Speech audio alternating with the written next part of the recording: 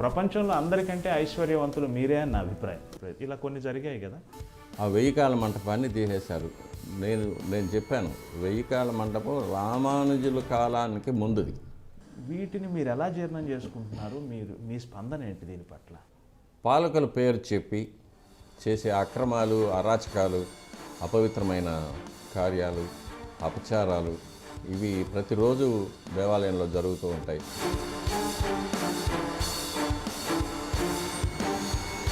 స్వామివారికి నిద్రే ఉండటం లేదు, 4 గంటల నుంచి ప్రారంభం అవ్వాల్సిన పని 2 గంటల నుంచే ప్రారంభమైంది అని ఒక్కోసారి మేము పేపర్లో చదువుతూ ఉంటాం. ఎప్పుడు ఉన్న అభిప్రాయం ఏంటంటే ఈరోజు ఎన్ని వేల మంది భక్తులు వచ్చారో ఎన్ని వేల మందిని బయటకు తోసేసాం.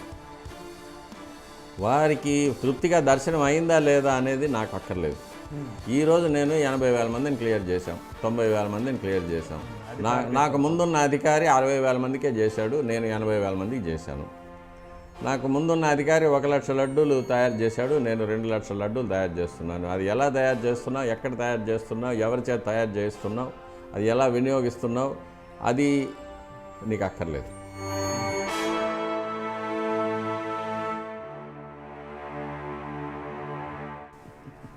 కొత్త బైబిల్ రాస్తున్నారు.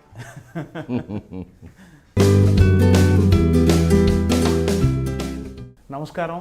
కాఫీ విత్ యమునా కిషోర్ కార్యక్రమానికి ఎప్పటిలాగే స్వాగతం. కాఫీ అనేది చాలా చిన్న విషయం అండి. అంతకంటే గొప్ప అమృతపానం లాంటి విషయాలు ఈరోజు మాట్లాడుకుందాం. అంత కాన్ఫిడెంట్గాను చెప్తున్నాను. ప్రపంచంలో గొప్ప ఐశ్వర్యవంతులు ఎవరుంటారు? అసలు ఐశ్వర్యం అనే పదానికి అర్థం ఏమిటంటే ఈశ్వర కృపే ఐశ్వర్యం. మామూలుగా వ్యావహారికంలో మనం బాగా సంపన్నుల ఐశ్వర్యవంతులు అంటున్నాం కదా, అది కాదు. భగవంతుని కృప అత్యధికంగా ఉన్నవాళ్లే ఐశ్వర్యవంతులు. అటువంటి ప్రపంచంలోని అత్యంత ఐశ్వర్యవంతుణ్ణి ఈరోజు మీకు పరిచయం చేయబోతున్నాను. నమస్కారం సార్. ప్రపంచంలో అందరికంటే ఐశ్వర్యవంతులు మీరే అని నా అభిప్రాయం. ఎందుకంటే 40 ఏళ్లుగా అప్రతిహతంగా భగవంతుడి సన్నిధిలో 24 గంటలు గడిపే, లేదా రోజులో చాలా గంటలు గడిపే గొప్ప అవకాశం మీకుంది. ఆ దృష్టిలో మీరు ప్రపంచంలో అందరికంటే ఐశ్వర్యవంతులని నా ఫీలింగ్. జ్ఞానం, వైరాగ్యం, ఐశ్వర్యం ప్రసాదించమని మనం స్వామివారిని ఎప్పుడు కోరుకుంటూ ఉంటాం. ఇందులో జ్ఞానం అనేది దివ్య జ్ఞానం, స్వామివారిని గురించి, విశ్వవ్యాప్తమైన భగవంతుని గురించి తెలుసుకోవడం జ్ఞానం. వైరాగ్యం, నీవు తప్ప నాకు ఇంకా వేరే అక్కర్లేదనే ఒక వైరాగ్యం. ఇక ఐశ్వర్యం అంటే మీరు చెప్పినట్టు ఈశ్వర కృప, స్వామివారి యొక్క దివ్యమైన అనుగ్రహం. ఈ మూడింటిని ప్రసాదించమని స్వామివారిని అడుగుతాం, ఇంకేమి కోరం. అయితే ఇందులో నా గొప్పతనం అనేది ఏమీ లేదు, నా అచీవ్మెంట్ అనేది ఏం లేదు. ఆ వంశంలో జన్మించాను, అది పూర్వజన్మ సుకృతం. తరువాత మా పితృదేవులు, మా పెద్దవారి యొక్క ఆశీర్వాదం, స్వామివారి యొక్క అనుగ్రహం, ఇవన్నీ చేరి నన్ను ఆ స్థానంలో నిలబెట్టాయి. స్వామివారికి నిత్యం అభిషేకం, ఆరాధన, అలంకారం, ఆరగింపులు ఇవన్నీ చేసే ఒక మహత్తరమైన అవకాశాన్ని నాకు ప్రసాదించాయి. వృత్తిపరంగా ఒక అర్చకుడిగా, స్వామివారిని అర్చించుకునే అర్చకుడిగా నా వృత్తి ధర్మాన్ని నేను నెరవేరుస్తున్నాను. అంతకన్నా ఇందులో నా గొప్పతనం అనేది ఏమీ లేదు.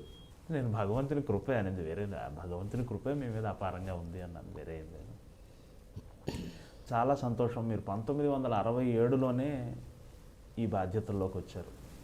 మీరు చదువు రీత్యా మైక్రోబయాలజీ, ఆధ్యాత్మికతకి ఆ పక్కనుండే మైక్రోబయాలజీ, దాని నుంచి మీరు ఉత్తర ధ్రువం దక్షిణ ధ్రువం లాగా సైన్స్ నుంచి ఆధ్యాత్మికం వైపు వచ్చారు. మీ మీ మీ వ్యాఖ్యానం ఏంటంటే రెండు ఒకటే అంటారు. గతంలో ఇంటర్వ్యూలో చూశాను. చదువు సంబంధమైన ఆ విషయం నుంచి ఆధ్యాత్మికమైన ఈ విషయంలోకి వచ్చిన అనుభూతి చెప్పండి సార్. ఇది అందులో నుంచి ఇందులోనికి రావడం అనేది కాదు, పుట్టుకతో నేను అర్చకుణ్ణి. పుట్టినప్పటి నుంచి ఆ మైండ్ సెట్లోనే నన్ను పెంచారు. చిన్నప్పటి నుంచి మా తల్లిగారి గర్భంలో నేను ఉన్నప్పటి నుంచి నేను తిరుమలలోనే స్వామివారి దేవాలయంలోనే ఉన్నాను. అక్కడే పుట్టాను, అక్కడే ఆడుకున్నాను, అక్కడే తిన్నాను, అక్కడే నిద్రపోయాను. అప్పట్లో స్వామివారి దేవాలయం ఇంత హడావుడి ఉండేది కాదు, చాలా ప్రశాంతంగా, చాలా సంతోషంగా ఉండేది అప్పట్లో దేవాలయంలో ఉండడం అనే విషయం. ఇక చదువు అనేది తిరుపతిలో అవకాశాలు ఉండింది. ఆర్ట్స్ కాలేజీలో చేసాము, తర్వాత యూనివర్సిటీలో చేసాము, అవకాశం ఉండింది. సైన్స్లో ఇంట్రెస్ట్ ఎక్కువ, దానికి తగినట్టు మా గురువులు గారు కూడా ప్రోత్సహించారు, మా తండ్రి గారు ప్రోత్సహించారు. పిహెచ్డి చేశాము. వేద సంబంధమైన విద్యతో పాటుగా ఇవన్నీ చేశారా అండి? అది చిన్నప్పటి నుంచి తండ్రి గారి దగ్గర, తాతగారి దగ్గర నేర్చుకునే ఆరాధన క్రమాలన్నీ నేర్చుకుంటాం. అది మామూలుగా వచ్చేస్తాయి. గృహారాధనతో ప్రారంభమవుతుంది, తర్వాత ఆలయార్చనకు వెళ్తామన్నమాట. ఆ వయసు వచ్చిన తర్వాత ఆలయార్చనకు వెళ్తాం. ఇక విద్య అనేది సాంకేతిక విద్యలో ఏ సబ్జెక్ట్ తీసుకున్నా, either it's engineering or medical or biomedical and even arts subjects, వేటికైనా కూడా ఒక డెస్టినేషన్ అనేది, ఒక టార్గెట్ అనేది దివ్యమైన జ్ఞానం అని. ఎందుకంటే జ్ఞానాయ నమః, జ్ఞానగమ్యాయ నమః, జ్ఞానాతీతాయ నమః, అది స్వామివారి సహస్రనామం. ఆయనే జ్ఞానం. జ్ఞానం వల్ల తెలుసుకోదగిన వారు ఆయనే. జ్ఞానానికి అతీతమైనది, ఆ జ్ఞానానికి కూడా అతీతమైనది కూడా స్వామివారు అనేది సహస్రనామం.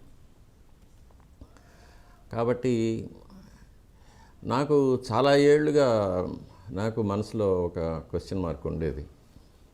ఎందుకు నన్ను మాలిక్యులర్ బయాలజీలో పిహెచ్డి చేయించి తన దగ్గరికి ఎందుకు తీసుకున్నారు అని.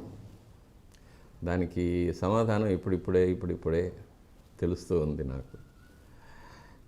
ఎవరైనా అడిగినప్పుడు మట్టుకు చాలా ఒక లైటర్ వెయిన్లో చెప్పేస్తాను, maybe Balaji wanted a scientist priest అని ఫర్ ఎ చేంజ్ చెప్తుంటాను. కానీ తర్వాత నేను చాలామందిని వృత్తిపరంగా చాలామందిని కలుస్తూ ఉంటాను. అంటే ఒక్కొక్క సబ్జెక్ట్లోనూ ఎక్స్ట్రీమ్కి వెళ్ళిన వాళ్ళని, either maybe scientist or medical doctor or economist, politicians, judges, వీళ్ళందరినీ కలుస్తుంటాను. వీళ్ళందరిలోనూ నేను చూసిన ఒకే ఒక కామన్ ట్రైట్ ఏంటంటే, అంతా భగవంతుడి దయ నేను చేస్తున్నాను, నాదేమీ లేదు, నేను నిమిత్త మాత్రుణ్ణి అనే ఒక స్థితికి వచ్చేస్తారు వాళ్ళు, ఒక ఎక్స్ట్రీమ్కి వెళ్ళినప్పుడు. అది చూశాను.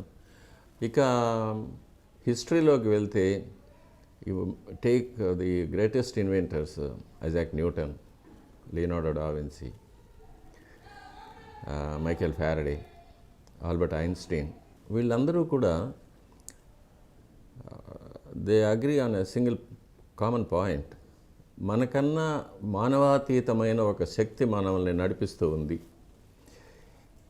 ఏది జరుగుతున్నా అది ఒక ప్రీడెస్టైన్డ్ సిచ్యువేషన్. కాబట్టి దేని మీద మన మానవ శక్తి ఏమి చేయలేదు అనే దాని మీద వీళ్ళందరికీ కూడా ఒక కామన్ ఉంది అభిప్రాయం, చూసాం అది. కాబట్టి ఆ స్థితికి నన్ను స్వామివారు చాలా త్వరగానే తీసుకొచ్చేసారు. మేబీ నేను పూర్వజన్మలో చేసిన సాధనలో కానీ, లేక పెద్దవారి అనుగ్రహంలో కానీ, లేక స్వామివారు నాకు ఈ జన్మలో నాకు ఇచ్చిన కర్తవ్యాలు నెరవేర్చడం కోసం కానీ స్వామివారు నన్ను ఆ స్థితికి తీసుకొచ్చారని అనుకుంటాను. ఇకపోతే సైన్స్ అనేది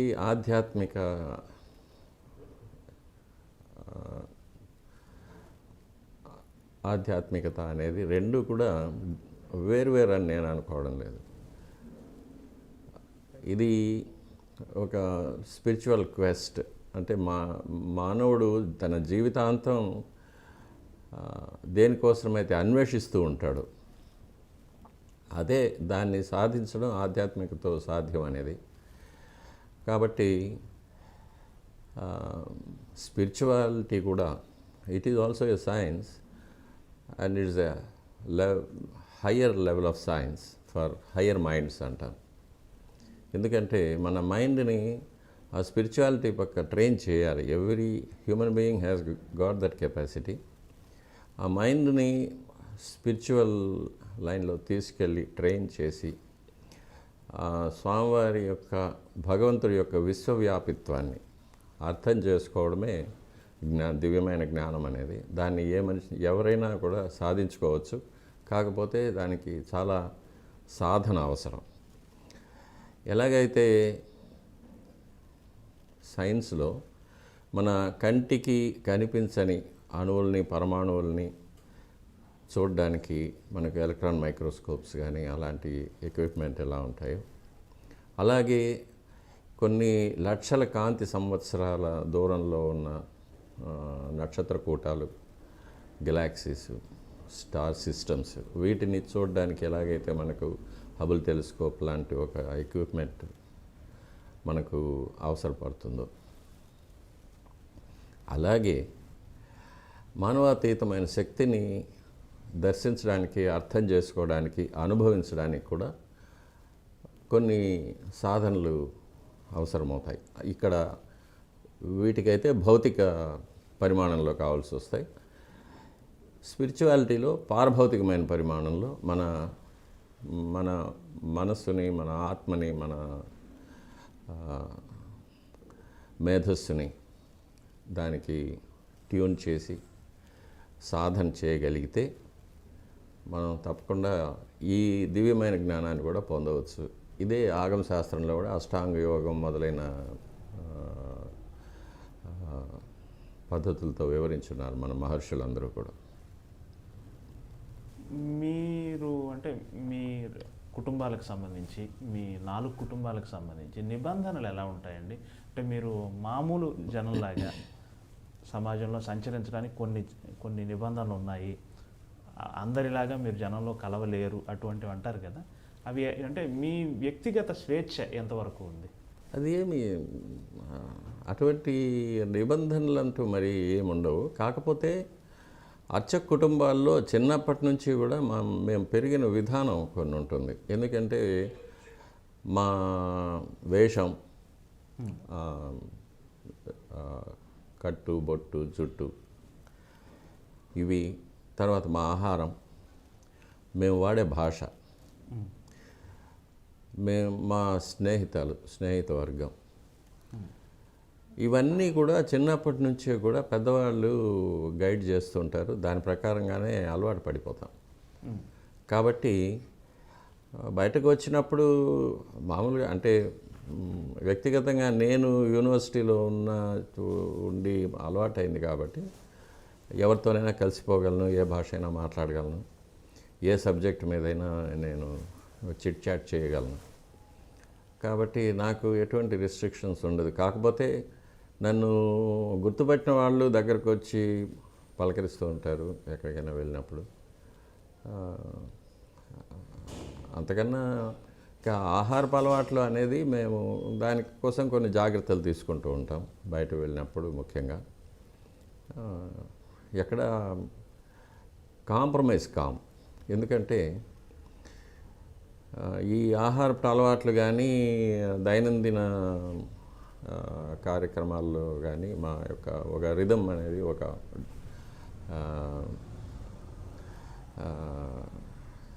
ప్రోగ్రామ్స్ అనేది వృత్తిపరంగానే డిసైడ్ అయి ఉంటాయి.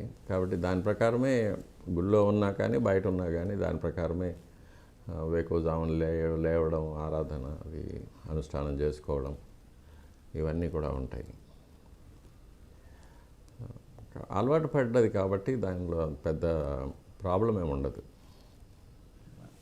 నిరంతరం స్వామివారి దగ్గరే ఉంటూ వారికి నిరంతరం సేవ చేస్తూ ఉంటారు కదండి. సమాజంలో జరిగే మార్పులు, సమాజంలో జరిగే ఇవన్నీ కూడా మీ చెవిన పడుతూ ఉంటాయి. మీరు అంటే మీ ఆవేదనని లేదా సమాజం తాలూకు ఆవేదనని స్వామివారితో ఖచ్చితంగా విన్నవించుకుంటూనే ఉంటారు. ప్లస్ స్వామివారిలో క్షణక్షణానికి వచ్చే ఆ మార్పులు, ఆ స్పందనలు అవి మామూలు మాబోటి వాళ్ళని గుర్తించడం. కానీ మీ బోటి వాళ్ళు మీకు అర్థమవుతుంది, స్వామివారు నవ్వారు, కోప్పడ్డారు, ఇట్లాంటి సూక్ష్మమైన ఫీలింగ్స్ మీకు అర్థమవుతుంది. అది దేవాలయంలో కులశేఖరపడి అని ఒక థ్రెషోల్డ్ ఉంటుంది. అంటే అది ఆ మెట్టు దాటి ఎవరు లోపలికి రాకూడదు, అర్చకులు తప్ప. నాకు సంబంధించినంత వరకు కులశేఖరపడికి బయట ఉన్నది భౌతికమైన ప్రపంచం, కులశేఖరపడి లోపల ఉన్నది ఒక మానవాతీతమైన ఒక పరిమాణంలో ఉంటుంది. అక్కడి నుంచి బయట ప్రపంచాన్ని చూసినప్పుడు మనకు అది పారదర్శకమైపోతుంది. వచ్చిన ప్రతి మనిషి ట్రాన్స్పరెంట్ అయిపోతాడు అక్కడ మా దృష్టికి. బయట ప్రపంచంలో జరిగే పరిణామాలు వీటన్నిటినీ కూడా అక్కడ చూస్తూ ఉంటాం. భక్తులనే పేరుతో వచ్చే కొంతమంది, నిజంగా భక్తితో వచ్చే కొంతమంది, వారికి అక్కడి సిబ్బంది చేసే సేవలు, వీటన్నిటిని చూసినప్పుడు కాస్త బాధగా ఉంటుంది, కొన్ని సమయాల్లో జుగుప్సగా కూడా ఉంటుంది. అప్పుడు నేను ఈ ప్రపంచాన్ని చూడకుండా స్వామివారి వైపు తిరిగి కూర్చుంటాను. లేకపోతే స్వామివారిని అలా చూసినప్పుడు స్వామివారు నవ్వుతూ ఉంటారు, ఇదంతా నా లీలే, నేనే వీళ్ళందరినీ ఇలా ఆడిస్తున్నాను అంటారు. సరే, ఇంకా కాకపోతే మనకు రామాయణ మహాభారతాల్లో చెప్పారు యుగ ధర్మాలు అనేది ఉంటాయి. కృతయుగంలో 4 పాదాల ధర్మం నడిచిందని, తర్వాత 3 పాదాలు, తర్వాత 2 పాదాలు, కలియుగంలో 1 పాదం. కలియుగం ముదిరినప్పుడు అంటే చివరి ప్రళయ సమయం వచ్చినప్పటికీ ఆ ఒక్క కాలు కూడా విరిగిపోయి ధర్మదేవత కుంటుతూ నడుస్తూ ఉంటుందని అది చూస్తున్నాం. తర్వాత ఇక నాస్ట్రడామస్ కానీ, పోతులూరి వీరబ్రహ్మం కానీ, మహాభారతంలో అనుశాసన పర్వంలో భీష్ముడు ధర్మరాజుకు ద్వాపర యుగం పూర్తయి కలియుగం ప్రారంభమయ్యేటప్పుడు కలియుగంలో ఎలా ఉంటుంది అనే విషయాన్ని గురించి బోధించడం, అవన్నీ కూడా మనం చదివినప్పుడు సరే ఇవన్నీ కూడా దాని ప్రకారం జరుగుతూ ఉందనేది తెలుసుకోవచ్చు. ఇది కాకుండా హ్యూమన్ ఎవల్యూషన్లో కూడా మనుషుల్లో ఒక క్రూరత్వం, ఒక అత్యాశ, హింసాత్మకమైన ప్రవృత్తి అంటే తమోగుణం, ఇవన్నీ కూడా ఎక్కువ అవుతుందని, తరువాత ఇంకాస్త ముందుకు వెళితే మానవుల్లో 2 జాతులు తయారవుతాయని, ఒకటి పూర్తిగా భౌతికమైన లాలసత్వం, అటువైపుగా ప్రయాణించి రాక్షస ప్రవృత్తితో మనుషులు అయిపోతారని, ఇంకొక శాఖగా మానవాతీతమైన శక్తులు పొందినవారు, ఎక్స్ట్రా సెన్సరీ పర్సెప్షన్ అంటాము, అటువైపుగా ఒక మానవ జాతి ఉద్భవిస్తుందని ఇప్పుడు మనం కూడా చూస్తూ ఉంటాం. చాలామందిలో చిన్నపిల్లలు కూడా పూర్వజన్మ జ్ఞానం రావడం, లేక ఇప్పుడు రష్యాలో దీని మీద చాలా చాలా రీసెర్చ్ జరుగుతుంది, యుఎస్ఏలో కూడా జరుగుతుంది. మనుషులు కొన్ని సమాధి స్థితికి పోవడం, అందులో జరిగే మార్పులు, వాటి మీద. ఇవి కాకుండా అష్టసిద్ధులు, అణిమ, గరిమ, లఘిమ అలాంటివి, దూరశ్రవణం, దూరదృష్టి, తర్వాత భవిష్యత్తులోకి వెళ్ళడము, it's called out of the body experiences అంటాము. తర్వాత నియర్ డెత్ ఎక్స్పీరియన్సెస్ ఇట్లాంటివన్నీ బయటపడ్డాం. ఇవన్నీ కూడా ఆ దిశగా మనకు కనిపిస్తున్న ఎవిడెన్సెస్ ఇవి. కాబట్టి ఇవన్నీ మనం చూస్తూ ఉంటాము. ఇదే కాకుండా దేవాలయంలో అప్పుడప్పుడు కొంతమంది మహాయోగులు, సిద్ధులు, మహర్షులు కొన్ని పుణ్యదినాల్లో వస్తూ ఉంటారు. వారు కూడా వచ్చి స్వామివారిని దర్శించుకుంటారు. స్వామివారి నుంచి కొంత దివ్యమైన శక్తిని స్వీకరించి వెళ్ళిపోతూ ఉంటారు. వారు మామూలుగా ఎవరితో మాట్లాడరు, ఎవరిని చూడరు, ఎవరిని స్పర్శ చేసుకోరు. కానీ వారు వచ్చినప్పుడు దేవాలయం అంతా కూడా పూర్తిగా ఒక వైబ్రేషన్ ఉంటుంది. అది మనం మహద్వారంలో అడుగు పెట్టేటప్పుడే తెలిసిపోతుంది ఎవరో మహాత్ములు గుడిలో ఉన్నారనేది. అటువంటి వారు కూడా వస్తూ ఉంటారు, పోతుంటారు. అది మీరు అనుభూతి చెందగలరు, మీరు ప్రత్యక్ష సాక్షులు కాబట్టి. అది ఒక వేవ్ లెంత్ అంతే. ఆ వేవ్ లెంత్కి మనం వెళ్తే మనం వీ కెన్ ఫీల్ దెమ్. అది తెలుస్తుంది. చాలామంది ఉన్నారు మన హిందువులు, మహమ్మదీయులు అనేది కాకుండా ఇది ఈ దేహానికి ఉన్న మతము, కులము అవన్నీ, ఆత్మకు మతం, కులం అవన్నీ ఏమీ లేవు. చాలామంది పాశ్చాత్యులు కూడా వచ్చినప్పుడు అటువంటిది ఉంది. వాళ్ళు చూసే విధం, వాళ్ళు స్వామివారి దగ్గర ఆ శక్తిని గ్రహించే విధం, ఇవన్నీ కూడా మనం చూస్తూ ఉంటాం గుళ్ళో కామన్. మీరు మీ జీవితాన్ని స్వామికే అర్పించేశారు దాదాపుగా. ఇప్పుడు ఈ క్షణం మనం హైదరాబాద్ అనే నగరంలో ఉన్నాము. మీరు స్వామివారిని విడిచున్నారు. మేబీ మీరు స్వామివారిని విడిచి 24 గంటలు అవ్వచ్చు, లేదా 48 గంటలు అవ్వచ్చు. మ్యాక్సిమం స్వామివారిని విడిచి ఎన్ని గంటలు ఉండగలరు మీరు? అది స్వామివారి అనుమతితోనే. స్వామివారి ఎంత అనుమతిస్తే అంతే. ఓకే. అలా ఎన్ని రోజులు అనుమతించారు మీకు? మ్యాక్సిమం ఎన్ని రోజులు అనుమతించారు? మ్యాక్సిమం 7-8 రోజుల కన్నా ఉండదు. అందులో కొన్ని కండిషన్స్ కూడా పెడతారు ఆయన. చాలా వ్యక్తిగతమైన విషయాలు. కానీ వచ్చేటప్పుడు స్వామివారి దగ్గర అనుమతి తీసుకొని వస్తాను. వెళ్ళే పని త్వరగా పూర్తి చేసి మళ్ళీ నీ దగ్గరికి తీసుకో అని ప్రార్థన చేసి వస్తాను. వెళ్ళరా అంటారు. బంగారు వాకిల వరకు వచ్చి వెనక్కి తిరిగి చూసినప్పుడు కాస్త శోకంగా కనిపిస్తారు. వెళ్తున్నావా అంటారు. త్వరగా వచ్చేస్తానని చెప్పి వస్తాను. మళ్ళీ తిరిగి వెళ్ళినప్పుడు మళ్ళీ ఇంటికి వెళ్ళి స్నానం చేసి స్వామివారి దర్శనానికి వెళ్తూనే అప్పుడు చాలా సంతోషంగా అనిపిస్తారు. వచ్చేసావా, వెరీ గుడ్ అంటారు. అది ఇట్లా ఇది maybe it's my own imagination, or maybe it's reflection of my own thoughts. But అది ప్రతిసారి నేను అనుభవిస్తూ ఉంటాను. ఇది వీడ్కోలు కానీ, స్వాగతం కానీ స్వామివారి దగ్గర నుంచి చూపిస్తూ ఉంటాను. కాకపోతే బయటకు నేను వెళ్ళే కొన్ని అనుమతులు ఇవ్వరు. ఇక్కడికి వెళ్తున్నాను అంటే ఇవ్వరు, వద్దంటారు.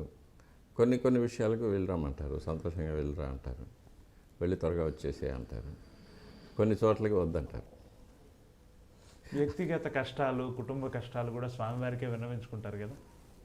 స్వామి నువ్వే దిక్కు అన్నట్టు మామూలు వాళ్ళే అనుకుంటున్నామంటే మీకు అది సహజం కదా. వృత్తి జీవితంలో కూడా కొన్నిసార్లు మీ మీద విమర్శలు వస్తూ ఉంటాయి. వాటిలోకి పోను కానీ అలా వచ్చిన సందర్భాల్లో కూడా మీరు స్వామికే విన్నవించుకున్నారా? ఏమి స్వామి? ఏం విన్నవించుకోను, వదిలేస్తా. ఉదాహరణకి నేను చెప్తాను, ఈ వ్యవస్థను రద్దు చేయాలని పాలకులు నిర్ణయం తీసుకున్నప్పుడు అటువంటి సందర్భాలు ఎందుకు స్వామి ఇంత కష్టం ఇచ్చావు అని స్వామిని అడగలేదా? అక్కడ అది కూడా మేము ఏం తప్పు చేశాము, ఎందుకు ఇలా జరిగింది అనేది అడుగుతాను. కానీ ఎప్పుడు అన్యాయం చేయలేదు స్వామి. ఓకే. మనకి ఒక ప్రావర్బ్ ఉంది కదా, ఒక తలుపు మూసుకుంటే ఇంకో తలుపు తెరుచుకుంటున్నాను. ఆ విధంగా చూస్తే స్వామివారు ఒక తలుపు మూస్తే 2 తలుపులు తెరిచారు. అందులో ఏ సందేహమేం లేదు. నేను నా పర్సనల్ ఎక్స్పీరియన్స్ అది. స్వామివారి పాదాలను ముట్టుకున్న అర్చకుడు ఎవ్వడూ కూడా నష్టపోడు, బాధపడ్డాడు, క్షేమంగా ఉంటారు. అష్యూరెన్స్. స్వామివారిని నమ్మాలి, అదొక్కటే అండర్లైన్. స్వామివారిని నమ్మాలి, స్వామివారు నన్ను కాపాడుతారు, నాకు స్వామివారు ఉన్నారు అనేది ఒక్క నమ్మకం ఉంటే చాలు.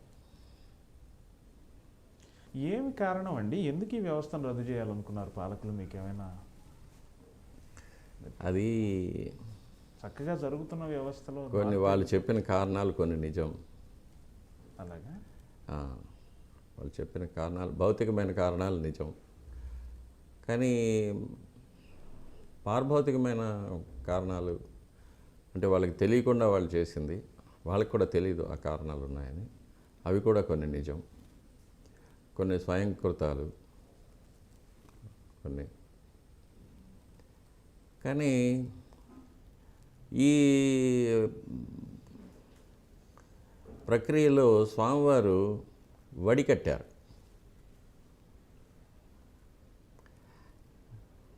వడికట్టి క్రీమును తీసుకున్నారు. Okay okay. కొంతమందికి అపారమైన అవకాశాలు ఇచ్చారు, కొంతమందిని పూర్తిగా దూరంగా పెట్టారు.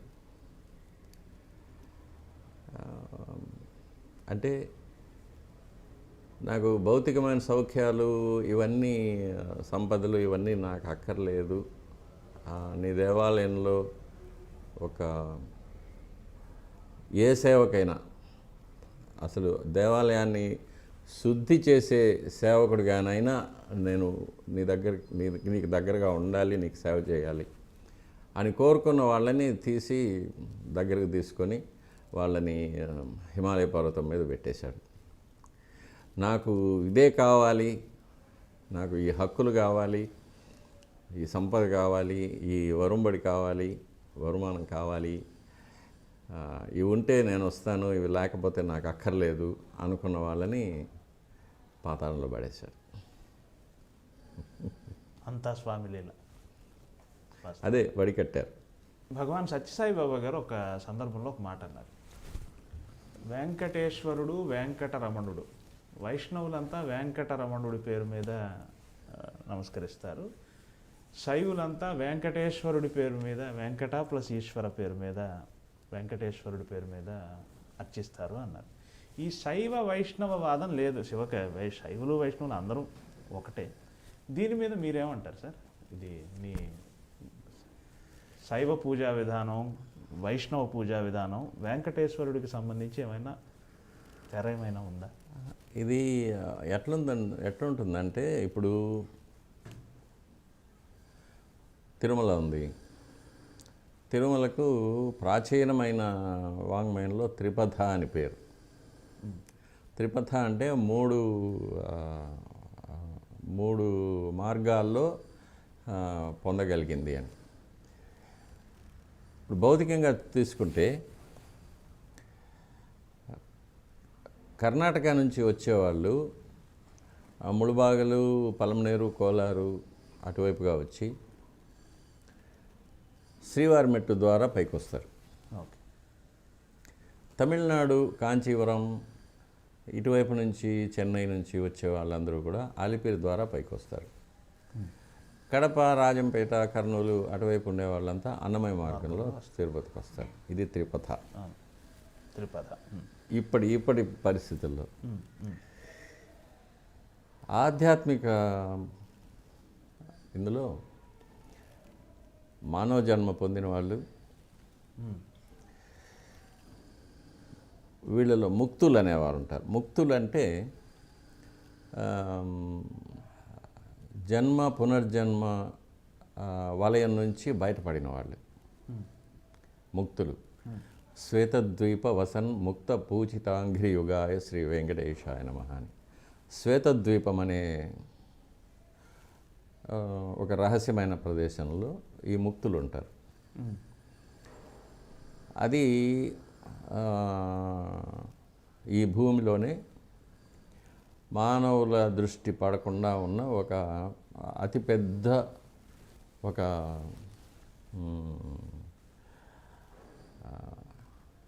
ప్రదేశం.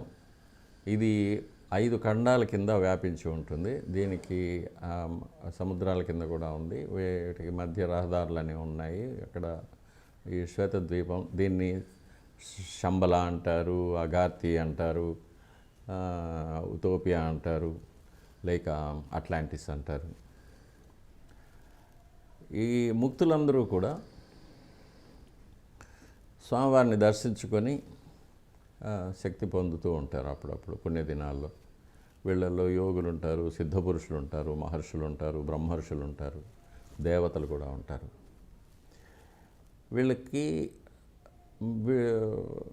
ఆ శ్వేతద్వీపం నుంచి మన మానవ లోకానికి రావడానికి కొన్ని ద్వారాలు ఉన్నాయి అక్కడక్కడ. తిరుమలలో ఒకటి ఉంది, అరణ్యంలో ఉంది ఒక గుహాముఖం. ఆ గుహాముఖం నుంచి వాళ్ళు భౌతికమైన దేహాలతో వచ్చేటట్టుంటే అట్లా వస్తారు. లేకపోతే ఇంకా సూక్ష్మ శరీరాల్లో వచ్చే వాళ్ళకి ద్వారాలు అక్కర్లేదు, ఎప్పుడైనా వస్తారు. భౌతికమైన దేహాల్లో వచ్చేవాళ్ళు వస్తుంటారు. వాళ్ళు వచ్చి స్వామివారిని దర్శించుకుంటుంటారు. ఇది కాక ప్రతిరోజు ఉదయం సుప్రభాతంతో మొదలుకొని ఏకాంత సేవతో స్వామివారికి మానవ సహజమైన అర్చకులు చేసే కైంకర్యాల తర్వాత, తలుపులు వేసిన తర్వాత చతుర్ముఖ బ్రహ్మ మిగిలిన ఇంద్రాది దేవతలతో పాటు లోపలికి వచ్చి స్వామివారికి ఆరాధన చేస్తారు. దాన్ని బ్రహ్మారాధన అంటారు. ఆ బ్రహ్మారాధనకు తయారుగా మేము తీర్థం అవి అన్నీ పెట్టేసి తలుపులు వేసుకొని వచ్చేస్తాం. మేము వచ్చిన తర్వాత వాళ్ళు వెళ్తారు. బ్రహ్మారాధన జరిగిన తర్వాత ఉదయం సుప్రభాతంలో బ్రహ్మ ఆరాధన చేసిన తీర్థం భక్తులకు ఇస్తాం. బ్రహ్మారాధన తీర్థం అని పేరు దానికి. స్వామివారికి విశ్వరూప దర్శనం అని పేరు సుప్రభాతంలో. సుప్రభాతంలో కౌసల్య సుప్రజారామ అని మేము బంగారు వాకిలి తలుపులు తీసి అర్చకులు లోపలికి వెళ్ళేటప్పుడు వాళ్ళు దేవతలు మనల్ని భుజాలను ఒరుసుకుంటూ బయటికి వెళ్తారనేది ఆగమ శాస్త్రంలో చెప్పబడింది. దానికి తగినట్టే దేవాలయంలో పూర్తిగా పాజిటివ్ ఎనర్జీ ఉంటుంది ఆ టైంలో, బ్రహ్మముహూర్తం వరకు. ఇట్లా మానవులు, శ్వేతద్వీపవాసులు, దేవలోకం నుంచి దేవతలు, వీళ్ళందరూ కూడా మూడు అంతస్తుల్లో ఉన్న ఆత్మలు వచ్చి స్వామివారిని దర్శనం చేసుకుంటారు కాబట్టి తిరుపతి అని పేరు. ఇక వెంకటేశ్వరుడు, వెంకటరమణుడు ఇవన్నీ మనం పెట్టుకున్న పేర్లు. ఆ దివ్యమైన శక్తికి అరూపం, నిష్కలం, నిర్గుణం, నిరాకారం, పరబ్రహ్మ. కాబట్టి ఆ శక్తిని ఒక్కొక్కరు ఒక్కొక్క కోణం నుంచి చూస్తారు, దర్శించుకుంటారు. ఆ కోణంలో వారికి ఏం కనిపిస్తే వాళ్ళు ఆ పేరు పెట్టుకుంటారు. కాబట్టి సహస్రనామాల్లో హరయే నమః, హరయే నమః, అందులో వెంకటేశ్వర అంటే వెంకట అనేదానికి వేం అంటే పాపాలను, కట అంటే నాశనం చేసేది, నిర్మూలించే ఈశ్వర భగవంతుడు, పాపాలను నిర్మూలించే భగవంతుడు అని వెంకటేశ్వర. ఆగమం ఏం చెప్తుందంటే వేం ఐశ్వర్య బీజం, కట అమృత బీజం అంటారు. సో వేం అంటే ఐశ్వర్య బీజం, ఐశ్వర్యం అంటే దివ్యమైన జ్ఞానం, దివ్యమైన జ్ఞానం పొందగానే కట అమృత బీజం, అమృతత్వం వస్తుంది మనిషికి. ఆ దివ్యమైన జ్ఞానం పొందడమే అమరత్వం. ఓకే. అటువంటి శక్తినిచ్చే దివ్యమైన జ్ఞానాన్ని, దాని ద్వారా అమరత్వాన్ని ప్రసాదించే భగవంతుడు స్వామి అని పేరు. కాబట్టి ఏ పేరు పిలిచినా పలుకుతారు. అన్నమయ్య చెప్పినట్టు ఎవరు ఎంత అనుకుంటే అంతే. ఆ 9.5 అడుగుల విగ్రహమే భగవంతుడు అనుకున్న వాళ్ళకి నవరత్నాల కిరీటాలు, రత్నాల శంఖ చక్రాలు మాత్రమే కనిపిస్తాయి. చరణంలో కూడా శరీరెన్నెదురు శాంక్తేయులు శక్తి రూపుని ఇవ్వనొచ్చు. ఇందాక మీరు చెప్పినట్టు శ్వేతద్వీపం నుంచి వచ్చేవాళ్ళు వాళ్ళ దృష్టి ఒకలాగా, వాళ్ళు కోరుకునేది ఒకలాగా, అలా ఎవరు ఎలా కోరుకుంటే అలా స్వామివారు చాలా మంచి విషయం చెప్పారు. అండ్ కొన్ని వేల సంవత్సరాలుగా స్వామివారి పూజాధికాలు ఇలాగే ఉండాలి అని చాలా దృఢంగా చెప్పబడింది. అవును. ఇప్పటికి కూడా దాన్నే దాదాపుగా పాటిస్తున్నారు. స్వల్ప మార్పులకు ఏమైనా లోనైందేమో తెలియదు, పాటిస్తున్నారు. కొద్దిగా పాలకులు మారినప్పుడు పూజాధికాల్లో లేదా పూజా క్రమంలో ఏదో కొద్దిగా మార్పులు అలా ప్రయత్నాలు జరుగుతూ ఉంటాయి కదా. మీరు ఆ వ్యవస్థను కాపాడటానికి ఇంకా అలాగే ఉండాలి అని మీ బోటి వాళ్ళు అలాగే పట్టుకున్నారు. ఈ ఘర్షణ ఏమన్నా ఉందా? ఘర్షణ నిత్యం జరుగుతూనే ఉంటుంది. కృతయుగంలో మత్స్యకూర్మ వరాహ నారసింహాది అవతారాలన్నిటిలోనూ కూడా ఒక రాక్షసుడు ఉంటాడు కదా. ఆ రాక్షసుని సంహరించడానికే భగవంతుడు వస్తాడు. మొన్నటి వరకు కృష్ణ పరమాత్మగా వచ్చి స్వామి ఎంతోమంది దుర్మార్గులను నిర్మూలించాడు. కలిపురుషుడైన దుర్యోధనుని కూడా నాశనం చేశాడు. అట్లాగే అప్పుడు చనిపోయిన రాక్షసులంతా మళ్ళీ ప్రతి అవతారంలో వస్తున్నారు, ప్రతి యుగంలో వస్తున్నారు. అట్లాగే ఇప్పుడు కూడా ఆ రాక్షసులు వస్తున్నారు, చేస్తున్నారు. కాకపోతే ఇక్కడ ఒక చిన్న విషయం ఏంటంటే, పరిపాలకులు మారినప్పుడు పూజా విధానాల్లో మార్పులు అనేవి ఏవి జరగవు. కానీ ఆ పాలకులు, నేను ఇంకొంచెం స్ట్రైట్గా అడుగుతాను, ఆలయ స్వరూపాన్ని మార్చే ప్రయత్నము, 1000 కాళ్ళ మండపాన్ని మార్చే ప్రయత్నం, ఇలా కొన్ని జరిగాయి కదా. అవి కొన్ని ఆమోదనీయం, కొన్ని ఆమోదనీయం కాదు, ఇలా ఉంటాయి కదా. అంటే వాటి మీద ఏమి స్పందిస్తారు? అదే అక్కడికే వస్తున్నాను. పాలకులు నియమించిన కొంతమంది ఉద్యోగులు, లేక పాలకులకు కూడా తెలియకుండా వారి పేరు చెప్పుకొని ఇక్కడ కొంతమంది చిన్న పదవుల్లో ఉన్న సిబ్బంది కొంతమంది, వీరు కొన్ని పాలకుల యొక్క అనుగ్రహం వల్ల కొన్ని పదవులు పొందుతూ, కొన్ని సౌకర్యాలు పొందుతూ ఇక్కడ తమ ఉనికిని చాటుకోవడం కోసం కొన్ని మార్పులు చేస్తూ ఉంటారు. ఇది పాలకుల వరకు వెళ్ళదు. ఇది ఓకే. ఇప్పుడు 1000 కాళ్ళ మంటపం తీసేయడంలో కూడా ప్రభుత్వం యొక్క ఇదేమీ లేదు. అప్పుడు అక్కడ ఉన్న ఒక అధికారి తన యొక్క స్వప్రయోజనాల కోసం ఆ 1000 కాళ్ళ మంటపాన్ని తీసేశారు. నేను చెప్పాను, 1000 కాళ్ళ మంటపం రామానుజుల కాలానికి ముందుది. వీటిని మీరు ఎలా జీర్ణం చేసుకుంటున్నారు? మీ స్పందన ఏంటి దీని పట్ల? ఇది ఒక దురదృష్టకరమైన పరిస్థితి. 1000 కాళ్ళ మంటపం ఒకవేళ స్వామివారి యొక్క ఆరాధన క్రమాల్లో దానికి అంత ప్రాధాన్యత లేకపోయినా కూడా ఒక ప్రాచీనమైన కట్టడంగా అతి సుందరమైన శిల్పాలతో అలంకరించబడి సుమారు 9వ శతాబ్దంలో నిర్మించబడిన మహత్తరమైన కట్టడం అది. అప్పట్లో దట్టమైన అరణ్యం ఉండడం వల్ల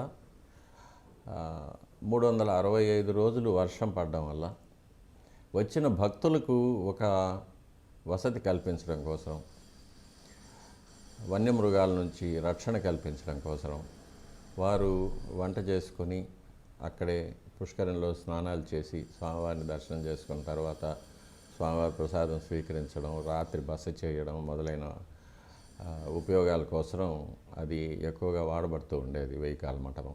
తర్వాత సామూహిక వివాహాలు జరపడానికి మొదలైన వాటికి కూడా పుణ్యకార్యాలకు అది మనం వాడుకుంటూ ఉండేవాళ్ళం. అటువంటి ఒక ప్రాచీనమైన శిల్ప సంపద కలిగిన ఒక ఆర్కియలాజికల్ ట్రెజర్గా దాన్ని అలాగే ఉంచాలని నేను చాలా వరకు ప్రయత్నం చేశాను, అధికారులకు విన్నవించుకున్నాను. కానీ ఒక అధికార దర్పం, అజ్ఞానం, అహంకారం, వీటి వల్ల స్వప్రయోజనాలు, స్వార్థం, వీటి కోసం అప్పుడు ఉన్న అధికారులు వాటిని నిర్దాక్షిణ్యంగా నిర్మూలించారు. అది ఆ మంటపం పడగొట్టేటప్పుడు తర్వాత తెలిసింది అది 2 అంతస్తులుగా కట్టబడిన ఒక మహత్తరమైన కట్టడమని. తర్వాత ఎప్పుడో అది ఆ మట్టిలో ఒక అంతస్తు మట్టి లోపలికి పూడిపోయిందని తెలిసిన తర్వాత కూడా అటువంటి కట్టడాన్ని తీసి నిర్దాక్షిణ్యం కూల్చివేశారు. దాన్ని మళ్ళీ వేరే చోట ప్రతిష్ఠించాల్సిందిగా కూడా కోరాను. అది కూడా ఆ కోరిక కూడా ఇంతవరకు మన్నించబడలేదు. దీనికన్నా విచారకరమైన విషయం, స్వామివారికి ప్రతి వార్షిక బ్రహ్మోత్సవాల్లో కూడా మహారథంలోకి ఉత్సవమూర్తులు మలయప్ప స్వామివారిని వేంచేపు చేయడానికి ఆ రథారోహణం కార్యక్రమంలో భాగంగా జరిగే పుణ్యాహవాచనం, యాత్రాదానం, నవగ్రహ పూజ మొదలైన క్రతువులను నిర్వహించడానికి ఒక అత్యంత సుందరమైన శిల్ప సంపత్తో కూడిన ఒక రథమంటపం ఉండేది. స్వామివారు ఆ రథమంటపంలోకి వేయించేసి పుణ్యాహవాచనం, యాత్రాదానం మొదలైన క్రతువులు నిర్వహించిన తర్వాత మంటపం లోపల నుంచే రాతి మెట్ల మీద స్వామివారు మహారథంలోకి చాలా సులభంగా వేయించేసేవారు. కానీ దాన్ని కూడా మాస్టర్ ప్లాన్ అనే ఒక కారణం కింద నిర్దాక్షిణ్యంగా తీసి పారవేశారు. దాన్ని కూడా మళ్ళీ మనకు సౌకర్యమైన ప్రదేశంలో తిరిగి నిర్మించాలని కూడా కోరాను. దాన్ని కూడా ఆ కోరిక కూడా మన్నించబడలేదు. ఇది కూడా స్వార్థంతో, అహంకారంతో, అజ్ఞానంతో చేసిన ఒక దుష్కార్యం. ఇప్పుడు ఆ రథమంటపం లేకపోవడం వల్ల స్వామివారిని ఇనుప నిచ్చెనల మీద రథంలోకి వేంచేపు చేస్తున్నాం. చాలా కష్టతరమైన, చాలా ఆపదతో కూడిన కార్యక్రమం ఇది. కానీ ఇప్పటికీ ఆ రథమంటపాన్ని పునర్నిర్మించే యోచన చేయబడలేదు. ఇది కూడా ఒక విచారకరమైన విషయం. మన దేశంలో ప్రతి చిన్న దేవాలయానికి కూడా రథమంటపాలు ఉన్నాయి. కానీ అఖిలాండకోటి బ్రహ్మాండ నాయకుడు అంటాము, కోట్లాది మంది కొలిచే ప్రభువు వెంకటేశ్వర స్వామి వారికి రథమంటపం లేకపోవడం చాలా శోచనీయమైన విషయం. కాబట్టి ఇటువంటివన్నీ జరుగుతూ ఉంటాయి. కానీ ఇవి పాలకుల యొక్క దృష్టికి పోకుండా పాలకుల చేత నియమించబడిన కింది స్థాయి అధికారులు, వారి కింది స్థాయి ఉద్యోగులు, వారి విధేయులైన బంట్లు, వీళ్ళు పాలకుల పేరు చెప్పి చేసే అక్రమాలు, అరాచకాలు, అపవిత్రమైన కార్యాలు, అపచారాలు ఇవి ప్రతిరోజు దేవాలయంలో జరుగుతూ ఉంటాయి.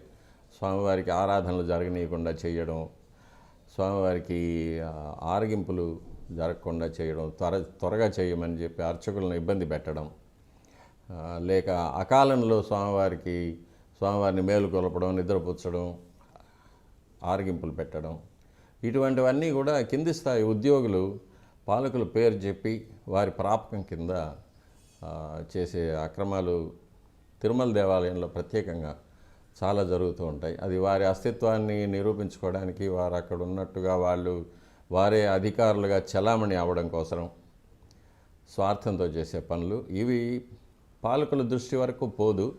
కానీ పాలకుల పేరు మీద జరుగుతుంది కాబట్టి ఆగమ శాస్త్ర ప్రకారంగా ఈ అపచారాల వల్ల సంభవించే పాపాలన్నీ కూడా పాలకులకు కూడా చెందుతాయనేది మనం ఇప్పుడు తెలుసుకోవాల్సిన విషయం. ఇది పాలకులు కూడా ఒక పని చేయాలంటే దాంట్లో నిపుణత్వం ఉండాలి. ఆపరేషన్ చేయాలంటే డాక్టర్ వృత్తి చదివినట్టు. ఇప్పుడు తిరుమల లాంటి ఒక క్లిష్టమైన, ఎన్నో ఆచార వ్యవహారాలతో కూడిన వ్యవహారాన్ని జడ్జి చేసే పెద్దలు ఆగమాన్ని తెలుసుకుని ఆగమాన్ని అవపోసన బట్టి ఉండాల్సిన అవసరం లేదా? అధికారులు కూడా అంటే ఇప్పుడు నేను ఇంకొంచెం స్ట్రైట్గా అడుగుతాను.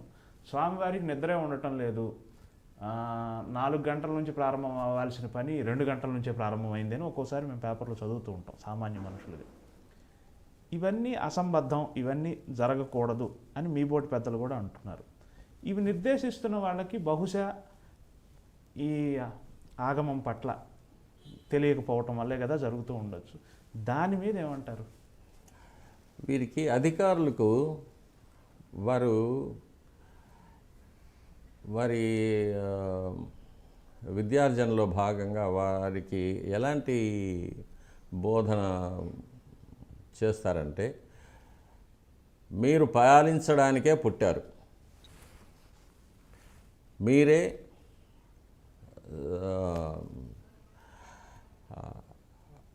సర్వాధికారులు, మీరు చెప్పినట్లే జరగాలి, మీకు తెలియని విషయం లేదు, మీకు ఎవ్వరూ చెప్పవలసిన అవసరం లేదు, అలాంటి మనస్తత్వంతో ఈ అధికారులు వస్తారు. కాబట్టి వారికి ఇప్పుడు నేను అధికారికంగా కూడా ఆగమ శాస్త్ర సలహాదారు తిరుమల తిరుపతి దేవస్థానానికి. నేను సలహా ఇవ్వాలి, నేను చెప్పింది దేవాలయంలో జరగాలి, నేను వద్దన్నది జరగకూడదు.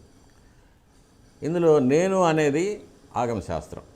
ఆగమశాస్త్రం ఏది చెయ్యాలంటుందో అదే జరగాలి దేవాలయంలో. ఇది జరగకూడదు, ఇది అపచారం, దీనివల్ల ఇలాంటి పాపాలు సంభవిస్తాయి, వీటి పర్యవసానాలు ఇంత ఘోరంగా ఉంటాయని ఆగమశాస్త్రం చెప్తుంది. కాబట్టి దాన్ని చేయవద్దని నేను చెప్తాను. ఇది అధికారులకు రుచించదు. ఎందుకంటే మనకు సమాజంలో అర్చకులంటే ఒక హీనమైన ఒక దృష్టి ఉంది సమాజంలో. వీరు బడుగు బాపలు, వీరికి ఏమీ తెలీదు, వీరికి సంఘంలో ఎటువంటి గౌరవం లేదు, వీరు ఏదో యాచక వృత్తిలో ఉన్నవారు అనే విధంగానే ఒక ప్రబలమైన ఒక అభిప్రాయం ఉండడం వల్ల అధికారులందరూ కూడా ప్రతి అర్చకుడిని అలాగే ఆ దృష్టితోనే చూస్తారు. అది వెంకటేశ్వర స్వామి వారి అర్చకులైనా సరే, లేకపోతే అమ్మవారి అర్చకులైనా సరే, శివాలయంలో అర్చకులైనా సరే, ఆ దృష్టిలోనే వాళ్ళు చూస్తారు. కాబట్టి ఏ అధికారి కూడా ఒక వైఖానస ఆగమనంలో నిష్ణాతుడు చెంది అర్చకత్వంలో కొన్ని దశాబ్దాలుగా ఉండి అన్ని కైంకర్యాల విషయాలు, అందులో తిరుమల దేవాలయంలో కొన్ని ఆగమశాస్త్రమైన ప్రక్రియల్లో మిగిలిన దేవాలయాల్లో లేని కొన్ని ఆచారాలు ఉన్నాయి. చాలా శుచిగా, చాలా భయంతో స్వామివారి కైంకర్యాలు మేము చేస్తుంటాం. స్వామివారిని ముట్టుకోవడం మొదలుకొని ఎవరు స్వామివారిని మూల బేరాన్ని ఎవరు తాకగలరు, దానికి వారు అనుసరించాల్సిన కార్యక్రమాలు ఏంటి,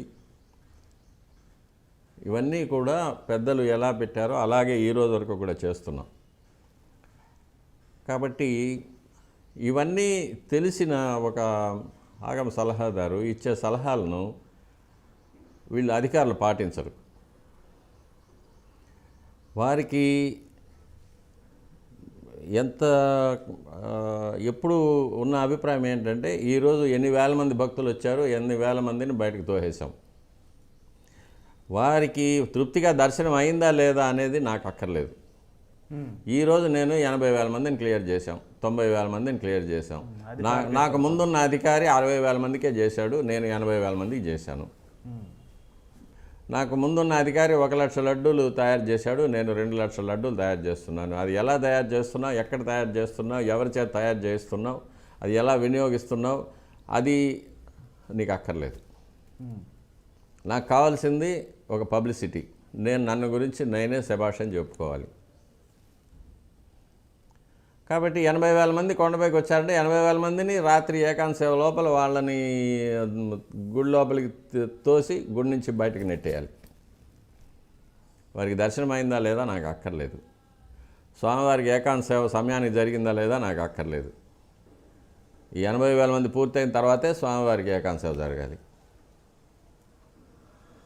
ఇలాంటి ప్రవృత్తితో వచ్చే అధికారుల వల్ల స్వామివారికి అపచారం జరుగుతుంది. అపచారం జరగడం వల్ల స్వామివారి యొక్క అనుగ్రహం పోతుంది. స్వామివారికి అనుగ్రహం లేకపోవడం వల్ల వచ్చిన భక్తులకు ఎటువంటి ప్రయోజనం కలగదు. దీనివల్ల మహాపాపాలు సంభవిస్తూ ఉంటాయి. స్వామివారి యొక్క ఆగ్రహం వల్ల ఎన్నో ఉత్పాతాలు సంభవిస్తూ ఉంటాయి. ముఖ్యంగా పాలకులకి యశోనాశనం, వంశనాశనం ఇవన్నీ జరుగుతాయనేది ఆగమశాస్త్రంలో చెప్పబడింది. ఇది ఎన్నోసార్లు నేను హెచ్చరిస్తూనే ఉంటాను, కానీ కలియుగ ధర్మం ఎవరు వినరు. తిరుమలకు సంబంధించి చాలా ప్రత్యేకమైన చట్టాలు ఉన్నాయి, చాలా ప్రత్యేకమైన రక్షణ ఉంది. బ్రిటిష్ పాలకులు, ఆ తర్వాత వచ్చిన పాలకులు చాలా పకడ్బందీగా పెట్టారని చెప్తారు కదా. ఇప్పటికీ మీరు కూడా ఒక ఇంటర్వ్యూలో అన్నారు, అప్పటి ఆర్కాడ్ జిల్లా కలెక్టర్ ఇచ్చిన ఉత్తర ప్రత్యుత్తరాలు లేదా ప్రశ్న సమాధానాలు ఇవన్నీ చాలా రెఫరెన్స్లు ఉన్నాయి అంటారు కదా. ఇవన్నీ ఉండగా కూడా ఈ విధంగా జరుగుతున్నాయా? అవును, ఇప్పుడు దాన్ని సవాల్ జవాబు పట్టి అంటారు. ఆర్కాట్ కలెక్టర్ గారు చేశారు. ప్రతి ఉద్యోగిని కూడా పిలిచి 19వ శతాబ్దంలో జరిగింది, 1848 సంథింగ్. ప్రతి ఉద్యోగిని పిలిచి నీ పేరేంటి, నీ కుటుంబం పేరేంటి, ఎప్పటి నుంచి పనిచేస్తున్నావు, నీకు గుళ్ళో ఉన్న బాధ్యతలు ఏంటి, ఎన్ని గంటలకు వస్తున్నావు, ఏం చేస్తున్నావు, ఎప్పుడు వెళ్తున్నావు, నీకు గుళ్ళో నీకు ఇచ్చే వరుంబడి ఎలాంటిది, నీకు జీతం ఇస్తున్నారా లేక కైండ్ ఎమాల్మెంట్స్ లాగా ఇస్తున్నారా, ప్రసాదాలు ఇస్తున్నారా, ఇవన్నీ కూడా ఒక అర్చక, పాచక, పరిచారక సిబ్బంది ఎంతోమంది ఉన్నారు. పూలు కట్టేవాళ్ళు ఉన్నారు, ప్రసాదాలు తయారు చేసేవాళ్ళు ఉన్నారు, ఇల్లు గుడి చిమ్మేవాళ్ళు ఉన్నారు, ముగ్గులు వేసేవాళ్ళు ఉన్నారు, దీపాలు అంటించేవాళ్ళు ఉన్నారు, తర్వాత హుండీ తీసి కట్టడము పెట్టడము చేసేవాళ్ళు ఉన్నారు. వీళ్ళందరి ఉద్యోగాల గురించి కూడా ఆరా తీసి దాన్ని రికార్డ్ చేసి పెట్టున్నారు. సవాల్ జవాబు పట్టి అని పేరు దానికి. తరువాత అముల్నామా అని ఒకటి ఉంది, దేవాలయంలోనే రాస్తారు. అముల్నామా అంటే ప్రతిరోజు ఉదయం సుప్రభాతానికి ఎవరు వచ్చారు, అర్చకులు ఎవరు వచ్చారు, జియంగాళ్ళు ఎవరు వచ్చారు, ఉద్యోగి ఎవరున్నారు, వచ్చి తలుపులు తీశారు, తలుపులు తీసిన తర్వాత ఆ సీక్వెన్స్, ఎవరు తలుపులు తీశారు, ఎవరు లోపలికి వెళ్ళారు, ఏం జరిగింది, తర్వాత సుప్రభాతం తర్వాత తోమాల సేవ జరిగింది, తోమాల సేవ తర్వాత కొలువు జరిగింది, కొలువులో ఇలా జరిగింది, ఈ అధికారులు వచ్చి పాల్గొన్నారు, తర్వాత సహస్రనామార్చన జరిగింది, నైవేద్యం జరిగింది, శాతములు జరిగింది. ఇలా సీక్వెన్స్, ఎవరెవరు ఏమేం చేశారు, ఎప్పుడు చేశారు, ఎవరు ముందు చేశారు, ఎవరు వెనక్కి చేశారు, ఎవరికి ముందు తీర్థం ఇచ్చారు, ఎవరికి రెండవ తీర్థం ఇచ్చారు, ఎవరికి మూడవ తీర్థం ఇచ్చారు, ఆచార్య పురుషుల్లో ఈ సీక్వెన్సులు ఇవన్నీ కూడా అముల్నామాని రాస్తారు. అది కూడా కొన్ని తరాలుగా రాస్తూ ఉన్నాం. ఏదైనా సందేహం ఉన్నప్పుడు అముల్నామాని చూస్తాం. ఏ బహుమానాలు, మర్యాదలు ఇటువంటివి పర్వదినాల్లో వాటిని గురించి సందేహాలు వచ్చినప్పుడు అవి చూస్తుంటాం. ఇప్పుడు ఒక విచిత్రమైన విషయం ఏమంటే, ఈ అముల్నామాలు, ఈ సవాల్ జవాబు పట్టీలు వీటన్నిటినీ మించి ఇప్పుడు మళ్ళీ ఒక అముల్నామా అనేది, ఒక మాన్యువల్ అనేది ఇప్పుడు రాస్తున్నారు. ఇప్పుడు అధికారులు ఏం చేస్తున్నారంటే, వాళ్ళ అధికారాన్ని చూపించుకోవడానికి, వాళ్ళ అధికారాన్ని ఒక చట్టపరంగా చేసేయడానికి, గుళ్ళో ఈ అధికారికి ఇలా మర్యాదలు జరగాలి, ఆ అధికారికి అలా మర్యాదలు జరగాలి, వీరికి ఈ బహుమానం ఇవ్వాలి, వారికి ఆ బహుమానం, ఇలాంటివన్నీ చేర్చి కొత్తగా ఒక మాన్యువల్ ఇప్పుడు తయారు చేస్తున్నారు. కానీ ఆ తయారు చేసే అధికారమో అర్హతో లేని వాళ్ళు చేస్తున్నారు. ఆగమం వారికి ఇవ్వలేదు. నేను దాని గురించి అధికారుల దృష్టికి తీసుకెళ్ళాను. ఈ మాన్యువల్ తయారు చేయడానికి ప్రధానార్చకులైనా ఉండాలి, జియ్యంగారులు ఉండాలి, లేకపోతే ఆగమ సలహాదారులు ఉండాలి. ఇటువంటి వారు లేకుండా ఒక చిరుద్యోగి, ఒక నిరుద్యోగి ద్వారా ఒక మాన్యువల్ మీరు డిక్టేట్ చేసి రాయించడము, దాన్ని అఫీషియల్ చేయడం అనేది అక్రమం. ఇది అలా చేయకూడదు, వాళ్ళకి రాసే వాళ్ళకి ఆ అధికారం లేదు, దీన్ని మేము ఒప్పుకోమని చెప్పి కూడా అధికారుల దృష్టికి తీసుకెళ్ళాం. కానీ జరుగుతుంది అది. కొత్త బైబిల్ రాస్తున్నారు.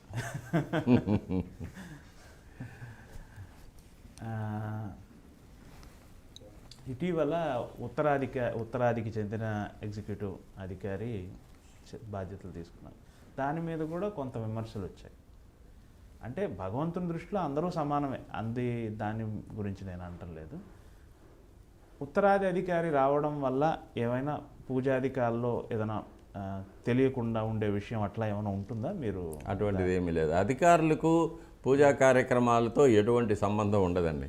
ఓకే. అధికారులకు పూజా కార్యక్రమాలతో ఎటువంటి సంబంధం ఉండదు, భక్తులకు కూడా ఉండదు. ఓకే.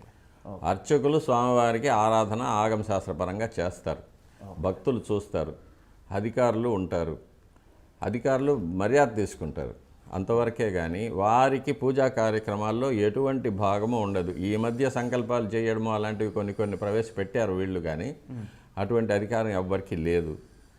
ఏమి చేయడానికి వాళ్ళకి అనుమతి లేదు, ఆస్కారము లేదు. కాబట్టి స్వామివారి భక్తుడే ఉండాలి. స్వామివారి భక్తుడే. గవర్నమెంట్ ఆఫ్ ఇండియాకు ప్రెసిడెంట్గా కానీ, వైస్ ప్రెసిడెంట్గా కానీ, ప్రైమ్ మినిస్టర్గా కానీ వీరే రావాలి వారే రావాలని ఎవరైనా చెప్పగలరా? వీరెందుకు వచ్చారని అడగగలరా? లేదు కదా. అలాగే తిరుమల తిరుపతి దేవస్థానంలో అధికారులకు ఎటువంటి ప్రమేయం లేదు. అవన్నీ ఈ మధ్య ఏర్పడిన అలవాట్లు, ఈ మధ్య ఏర్పడిన కొత్త సాంప్రదాయాలు. దానికి ఆగమ శాస్త్రంతోనూ స్వామివారికి జరిగే ఆరాధన క్రియలతోనూ ఎటువంటి సంబంధం లేదు. ఎవరు వచ్చినా ఉంటారు, పోతారు. కాకపోతే వారికి ఉన్న బాధ్యత స్వామివారి యొక్క ఆస్తులు కాపాడడం, స్వామివారి యొక్క భక్తులకు సౌకర్యాలు కలిగించడం. ఈ రెండే వాళ్ళ బాధ్యతలు. అర్చనాది కార్యక్రమాల్లో వారికి ఎటువంటి బాధ్యత లేదు.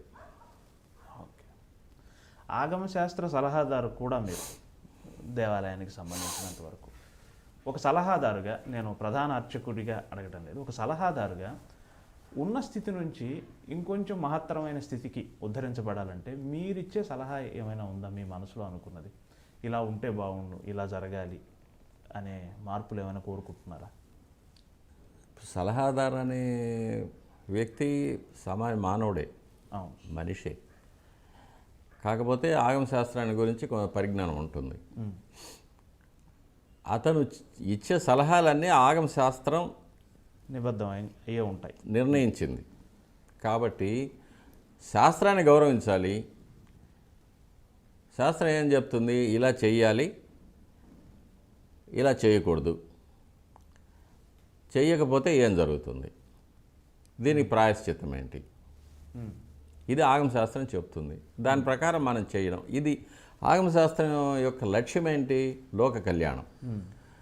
భగవంతుడు తృప్తి చెందితే వచ్చే భక్తులకు మంచి జరుగుతుంది.